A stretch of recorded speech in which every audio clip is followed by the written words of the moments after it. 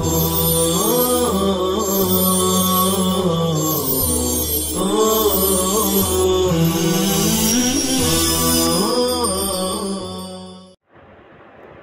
اللہ الرحمن الرحیم الحمدللہ رب العالمین والصلاة والسلام علی سید المرسلین وعلی آلہ واصحابہ الطیبین الطاہرین۔ حدثنا محمد بن بشار یعنی العبدی حدثنا محمد بن جعفر حدثنا شعبہ عن ابی اسحاق قال سمعت البراء بن عازب يقول كان رسول الله صلى الله عليه وسلم رجلا مربوعا بعيد ما بين المنكبين عظيم الجمة إلى شهمة أذنيه عليه حلة حمراء ما رأيت شيئا قط أحسن منه۔ عزیز طلبہ، اس روایت میں امام ترمذی کے استاذ محمد بن بشار ہیں۔ ان کی کنیت ابو بکر ہے۔ بہت وسیع علم والے بزرگ گزرے ہیں۔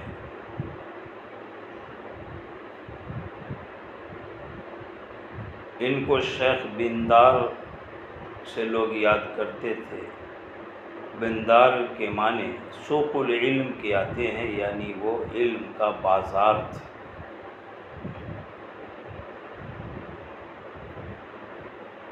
ان کے تعارف میں آگے یعنی العبدیہ کہا گیا ہے۔ عبدی یہ قبیلہ عبد قیس کی طرف نسبت کی وجہ سے کہا جاتا ہے، گویا یہ قبیلہ عبد قیس کا ایک فرد ہے، اس قبیلے سے منسوب ہے۔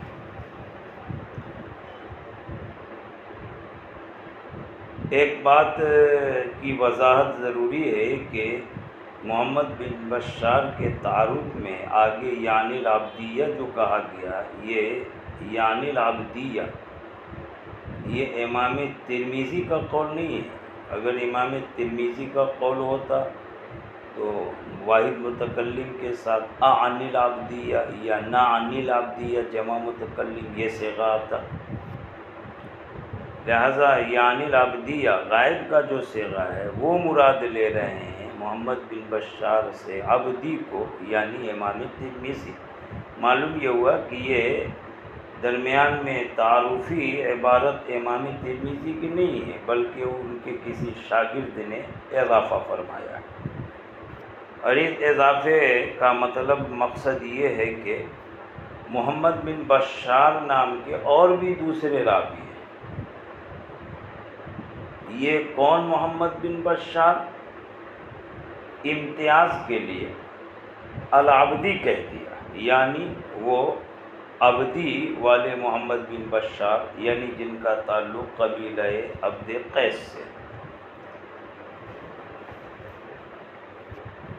روایت میں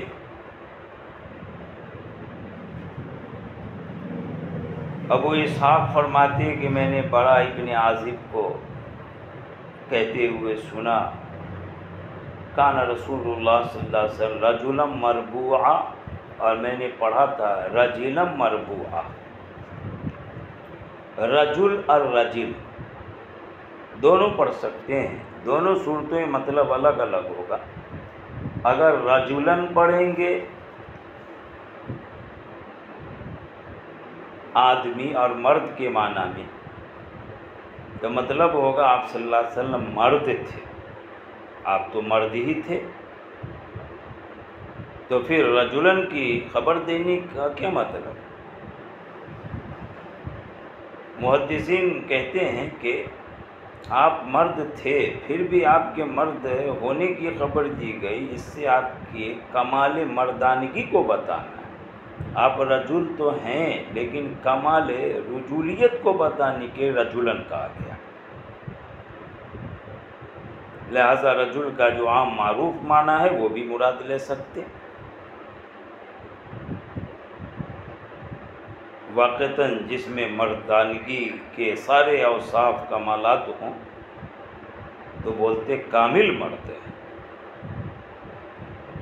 ویسے آپ صلی اللہ تعالی وسلم رجولیت مردانگی کے سارے اوصاف اور کمالات سے متصف تھے۔ کان رجلاً، آپ صلی اللہ علیہ وسلم ایک مرد تھے، کمال رجولیت والے شخص تھے۔ اور اگر رجل پڑھیں جیم کے کسرے کے ساتھ تو رجل کے معنی آتے ہیں ٹیڑھا، گھنگریالا، خمدار ہونا۔ اس صورت میں رجلن سے آپ صلی اللہ علیہ وسلم کے بال مبارک کی صفت بیان ہوگی کہ آپ صلی اللہ علیہ وسلم ایسے شخص ہیں جن کے بال گھنگریالے تھے، خمدار تھے۔ ماقبل میں بالوں کے گھنگریالے اور خمدار ہونے پر کلام ہو چکا ہے۔ مربوع یہ ربانا رباتن ہی کے معنی میں ہے، ربا رباتن کلام ماقبل میں ہو چکا، یعنی معتدل قد و قامت والے، میانہ قد والے، نہ زیادہ دراز نہ زیادہ پست، بیچ بیچ کے قد و قامت رکھنے والے شخص، رجل مربوعہ، ایسا شخص جو میانہ قد و قامت والا۔ بعید اور بعید دونوں پڑھ سکتے ہیں۔ بعید ما بین المنکبین، بعید اگر ہو تو ظاہر ہے یہ مصغر ہے، اور بعید ہو تو مکبر ہے۔ بین المنکبین، منکب جس کی جمع مناکب آتی ہے۔ بعید اگر پڑھیں تصغیر کے طور پر تو مطلب ہوگا قدرے، تھوڑے، فاصلہ، کچھ دوری، یعنی آپ صلی اللہ تعالی علیہ وسلم کے دونوں مونڈے اور شانے کے درمیان قدرے فاصلہ تھا، کچھ دوری تھی۔ اور بعید پڑھیں گے مکبر تو مطلب ہوگا کہ آپ صلی اللہ علیہ وسلم کے دونوں مونڈے کے درمیان دوری تھی، فاصلہ تھا۔ مطلب یہ ہے کہ آپ صلی اللہ علیہ وسلم کہ دونوں مونڈے عام لوگوں کی طرح نہیں تھے، دونوں مونڈے، دونوں شانے ایک دوسرے سے قدر فاصلے پر یا فاصلے پر، ویسے تو عام لوگوں کے مونڈوں اور شانوں کے درمیان فاصلہ ہوتا ہی ہے، پھر یہاں پر آپ صلی اللہ علیہ وسلم کے لیے دونوں مونڈوں کے درمیان فاصلہ کا ہونا یا قدر فاصلہ کا ہونا، اس کی خبر کیوں دی گئی؟ خبر دینے کی وجہ ہے کہ یہ فاصلہ اور لوگوں کی بنسبت ممتاز تھا، یعنی آپ کے دونوں شان مبارک، دونوں مونڈے بالکل ایک دوسرے سے جوڑے ہوئے بھی نہیں تھے اور نہ ہی بہت زیادہ کشادہ تھے۔ ظاہر ہے کہ دونوں مونڈوں کے درمیان اگر فاصلہ ہوگا اور عام لوگوں کی بنسبت کچھ زیادہ ہی فاصلہ ہوگا تو درمیان میں جو آپ صلی اللہ علیہ وسلم کا سینہ مبارک ہوگا وہ بھی عام لوگوں کی بنسبت زیادہ کشادہ ہوگا۔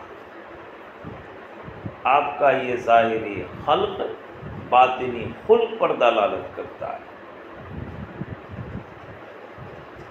سینے کی کشادگی شجاعت، بہادری، شرافت، نجابت کی علامت ہوا کرتی ہے۔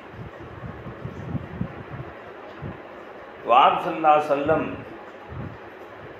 کی جسمانی ساخت بھی آپ کے باطنی خوبیوں اور کمالات پر دلالت کرتی ہے۔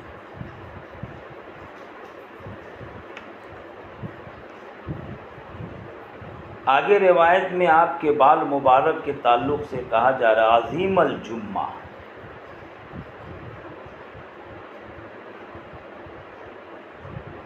یعنی بہت زیادہ گنجان بال والے، الی شامت اذنیہ، جو آپ کے دونوں کانوں کی لو تک پہنچ رہے تھے۔ آپ صلی اللہ علیہ وسلم کے بال مبارک کے تعلق سے تین طرح کا لفظ آتا ہے. ایک تو جو یہاں مذکور ہے جمعہ، دوسرا لفظ ہے لمہ، اور تیسرا لفظ ہے وفرہ. وفرہ، لمہ، جمعہ. اصل میں آپ صلی اللہ علیہ وسلم کے بال مبارک تین طرح کے ہوتے تھے.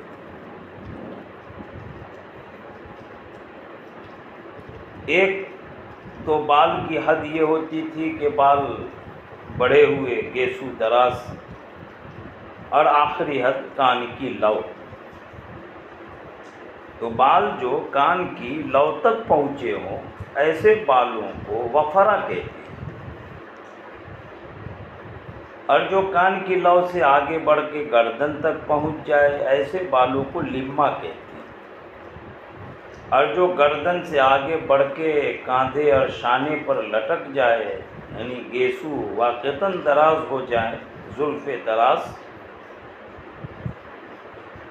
تو موڈے اور شانوں تک جو بال لٹک جائیں، بہت زیادہ بڑھ کے دراز ہو جائیں، ایسے بالوں کو جمعہ کہتے ہیں.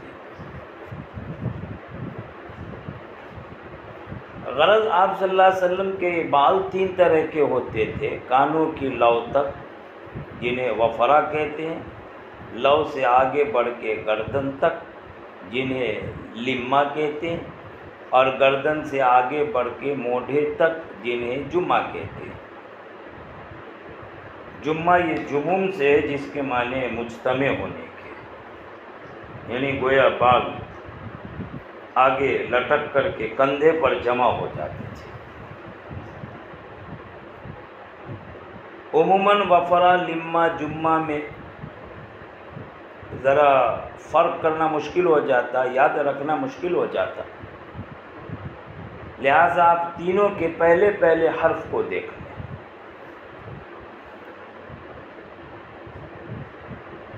اور ترتیب کو ترتیب معکوس کر لیں. وفرہ میں واو شروع میں، اور لمہ میں لام شروع میں، اور جمعہ میں جیم شروع میں.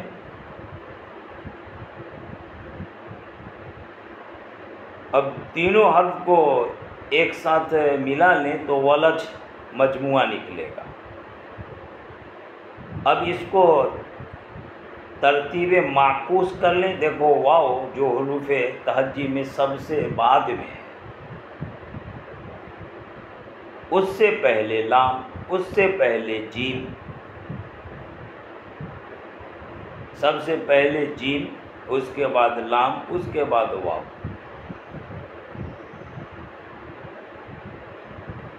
اب ترتیب معکوس میں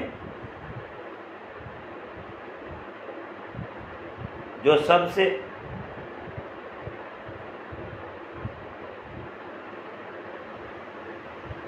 اخیر والا حرف ہے اس کو پہلے لے آئے، بیچ والے کو بیچ میں رکھیں، اور سب سے شروع والے حرف کو اخیر میں رکھ دیں تو ولج مجموعہ نکلے گا. اب اس ولج میں جو ترتیب ہوگی وہ اپنے اعتبار سے بالوں کی حد کو بتائے گی. ولج واو سب سے پہلے ہے، لہذا بالوں کی سب سے اول حد یہ واو والی ہے، یعنی وفرہ. پہلی حد بال کی وہ جو کان تک پہنچے، دوسری حد وہ جو کہ گردن تک پہنچے، اور آخری اور تیسری حد وہ جو موڈھے تک پہنچے. تو ولج میں جو واو ہے یہ وفرہ والی واو ہے، یعنی یہ بال کی پہلی حد ہے جو کان تک پہنچے. اور لام یہ بال کی دوسری حد ہے جو کان سے آگے بڑھ کے گردن تک پہنچے. اور جیم جو بالکل اخیر والی حد ہے، یعنی آگے بڑھ کر کے موڈھے تک پہنچ جائے. بہرحال یہ تین طرح کے بال آپ صلی اللہ علیہ وسلم کے لیے ہوا کرتے تھے. تینوں بالوں کے لیے یہ تین طرح کے الفاظ آتے ہیں، وفرہ، لمہ، جمعہ. لیکن کبھی کبھی ایسا بھی ہوتا ہے کہ اگر قرینہ موجود ہو تو ایک کو دوسرے پر بھی بولتے تھے. مثلاً وفرا کی جگہ جمعہ بھی بول دیں گے اگر قرینہ آ جائے، جیسا کہ اسی روایت میں ابھی آگے وضاحت کی جائے گی۔ حضرت شیخ زکریا رحمۃ اللہ علیہ فرماتے ہیں کہ اصل میں یہ جو آپ صلی اللہ علیہ وسلم کے 3 طرح کے بال تھے، اس کی وجہ یہ تھی کہ اگر آپ بال بنوا لیتے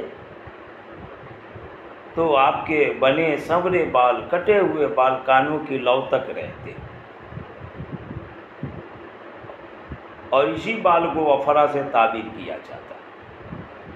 اور اگر ایک آدھ ماہ تک بالوں کا بنوانا چھوڑ دیا، کٹوانا چھوڑ دیا، تو وہ بڑھ کے کان کی لو سے آگے متجاوز ہو جائے، گردن تک پہنچ جائے، اس طرح کے بال کو لما کہا جاتا۔ اور اگر 1 مہینے سے بھی زیادہ، کئی مہینے تک آپ بال پر دھیان نہ دیتے اور بال نہ ترشواتے، تو وہ بال اور آگے بڑھ کر کے موڈے اور شانے تک پہنچ جایا کرتے تھے، اور موڈے اور شانے تک پہنچنے والے بالوں کو جمعہ سے تعبیر کیا جاتا۔ غرض یہ کہ آپ صلی اللہ علیہ وسلم کے بالوں کی یہ جو 3 حالتیں ہیں، یہ اختلاف الاحوال، اختلاف اوقات کی وجہ سے، یعنی مختلف وقتوں میں بالوں کی یہ مختلف حالتیں ہوتی تھیں، کبھی وفرا، کبھی لما، کبھی جمعہ، لہذا تینوں طرح کے بال ہونے میں کسی طرح کا کوئی تعارض کا اشکال نہیں آنا چاہیے۔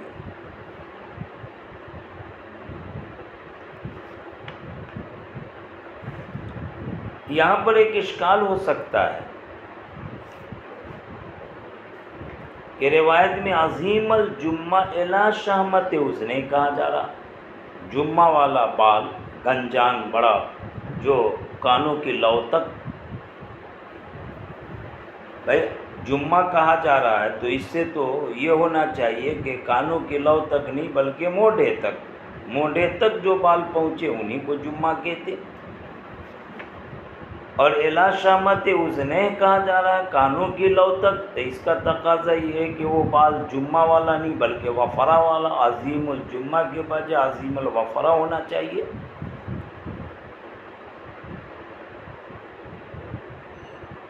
اس کا جواب یہ ہے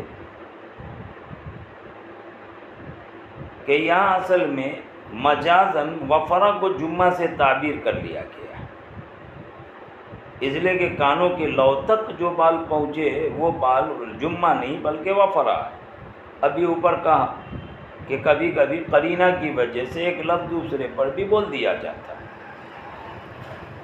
اور الی شہمت اذنہ یہاں قرینہ ہے، لہذا اس قرینہ کی وجہ سے مجازاً وفرا کو جمعہ بول دیا، گویا جمعہ مجازاً بول کر کے وفرا مراد لیا۔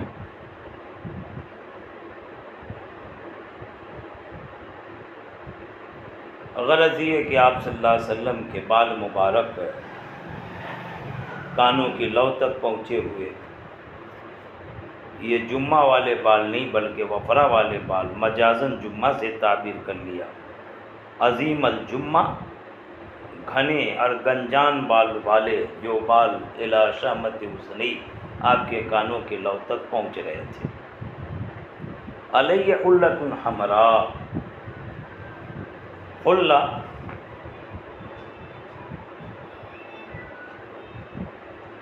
جوڑے کو کہتے ہیں۔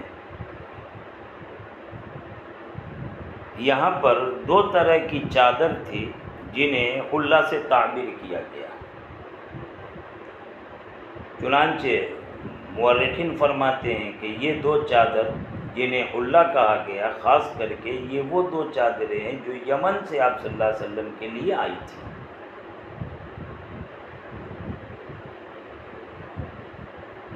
آپ صلی اللہ تعالی وسلم عموماً اس طرح کا لباس پسند فرماتے تھے، ایک کو ازار لنگی بنا لیتے، دوسرے کو چادر بنا لیتے، اس طرح کا یہ جوڑا آپ کا لباس ہوتا۔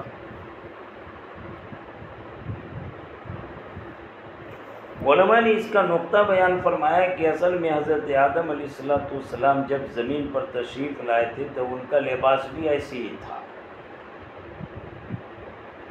اور بعض حضرات کی رائے یہ ہے کہ احرام میں جو یہ دو چادر، ایک لنگی کے طور پر، ایک بدن پہ چادر کے طور پر، یہ دو کپڑے، یہ جوڑے جو ہیں، یہ حضرت آدم علیہ السلام کے لباس کی یادگار، چنانچہ حاجی لوگ، عمرہ کرنے والے احرام میں یہ دو کپڑے استعمال کرتے، ایک ازار لنگی کے طور پر، ایک چادر کے طور پر، یہ حضرت آدم کے لباس کی یادگار، اور آپ صلی اللہ علیہ وسلم کو اسی لیے اس طرح کا جوڑا، اس طرح کا لباس محبوب تھا۔ روایت میں علیہ حلۃ حمراء کہ آپ صلی اللہ علیہ وسلم پر سرخ جوڑا تھا، دو یمنی چادر تھی۔ سرخ رنگ کا کپڑا پہننا یہ مردوں کے لیے کہاں تک جائز ہے؟ عورتوں کے بارے میں تو بالاتفاق جواز ثابت ہے، عورتیں کسی رنگ کا کوئی کپڑا استعمال کر سکتی ہیں، البتہ مردوں کے رنگ والے کپڑے کے بارے میں اختلاف ائمہ کا، یہاں پر چونکہ سرخ رنگ ہے اس لیے اس سرخ رنگ کے اختلاف کو بتاتے ہیں۔ امام شافعی رحمۃ اللہ علیہ کے یہاں سرخ رنگ کا کپڑا مردوں کے لیے مطلقاً جائز ہے، خالص سرخ ہو یا دھاری دار ہو، اور یہ حدیث جو یہاں پر ہے علیہ حلۃ حمراء، یہ حدیث امام شافعی رحمۃ اللہ علیہ کے مسلک پر دلیل ہے کہ سرخ رنگ کا کپڑا مردوں کے لیے اگر جائز نہ ہوتا تو آپ صلی اللہ علیہ وسلم سرخ جوڑا زیب تن کیسے فرماتے؟ لیکن حافظ ابن حجر اسقلانی رحمۃ اللہ علیہ فرماتے ہیں کہ یہ استدلال مناسب نہیں ہے، اس لیے کہ یہاں حلۃ حمراء سرخ رنگ کا جس جوڑا کی خبر دی جا رہی ہے وہ جوڑا سرخ زمین والا نہیں تھا، یعنی بالکل کپڑا سرخ رنگ ہی کا ہو، بلکہ اور دوسری روایت اور تاریخ سے یہ بات ثابت ہوتی ہے کہ وہ کپڑا تو اور رنگ کا تھا، مثلا سفید ہو، آگے سفید رنگ کے کپڑے کو آپ صلی اللہ علیہ وسلم بہت پسند فرماتے تھے، روایت آئی گی، لیکن اس پہ سرخ دھاریاں پڑی ہوئی تھیں، سرخ لکیریں بنی ہوئی تھیں،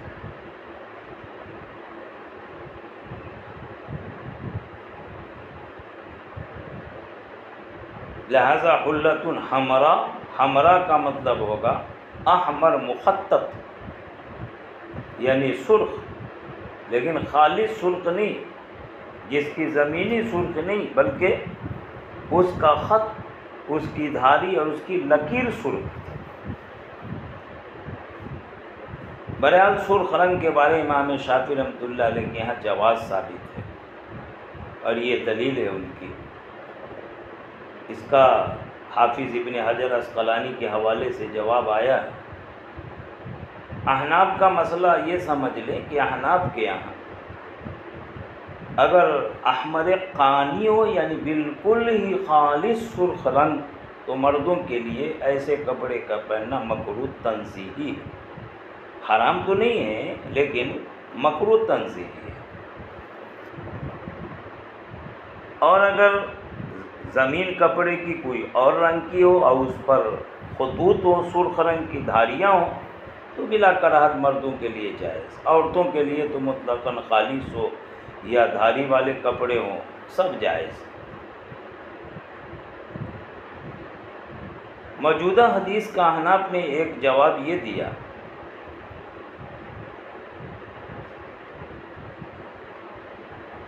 کہ اور دوسری روایت ہے جس میں سرخ رنگ سے مردوں کے لیے ممانعت آئی ہے، اور اس روایت سے اباحت اور جواز سمجھ میں آتا ہے، اور محدثین کے یہاں مشہور ہے کہ مبیح اور محرم میں اگر تعارض ہو جائے، کچھ روایت سے حرمت، کچھ روایت سے اباحت اگر ثابت ہو، تو مبیح کے مقابلے میں محرم والی روایت کو ترجیح دیتے ہیں، اباحت کے مقابلے میں حرمت اور کراہت والی روایت کو ترجیح دیتے ہیں۔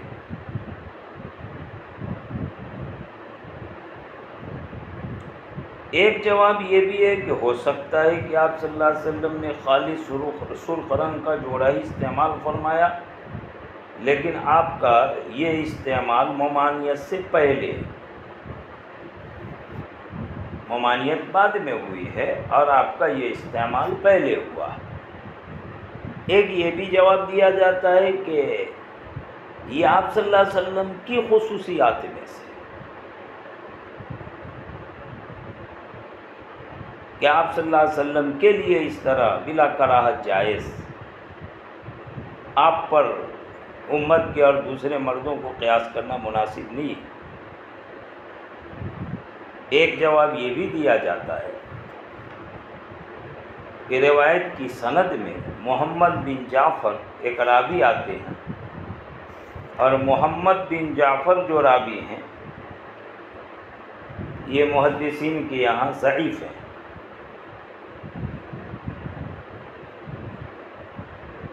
ایک ضعیف راوی کی وجہ سے حدیث میں ضعف آ جاتا ہے، لہذا اس سے استدلال بھی مناسب نہیں ہے۔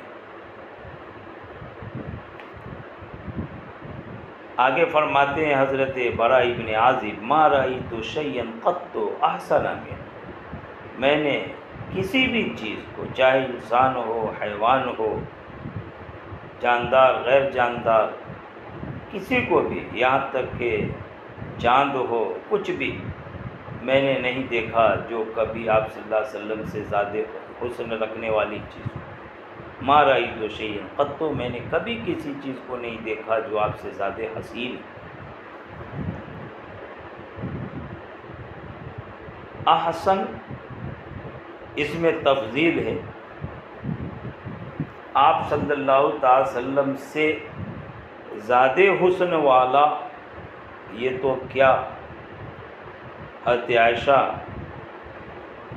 کا مشہور قول ہے کہ مصر کی عورتوں نے یوسف کو دیکھا تو چاقو سے اپنی انگلیاں کاٹ لی، اور اگر میرے محبوب صلی اللہ علیہ وسلم کو دیکھ لیتی تو اپنا دل کاٹ لیتی۔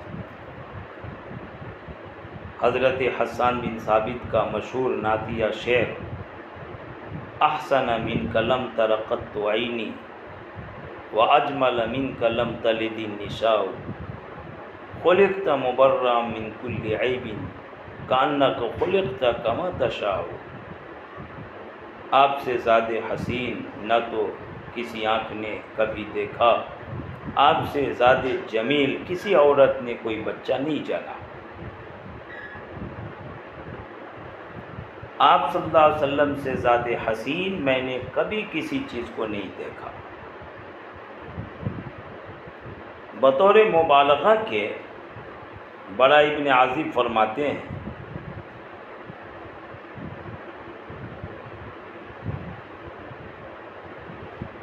اور عبارت